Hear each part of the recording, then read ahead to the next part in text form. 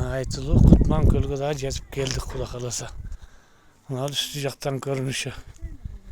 Her onda kılıp katamaranlardı, kayıklardı koyup dur.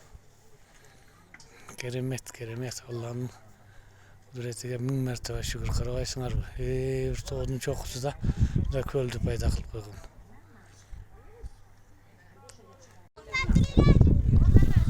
Kurban köldün, ceyge kere az mı köldün doyda travus. İşte yelderin onda parak. Bunlar kaçta o değil Kutman Gölü?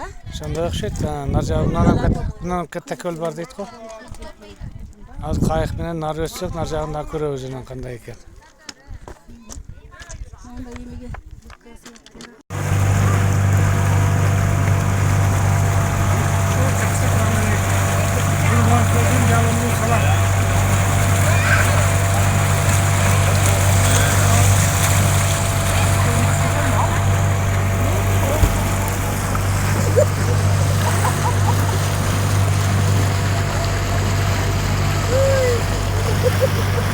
Benim kafam getirdim de yoksa açacağım.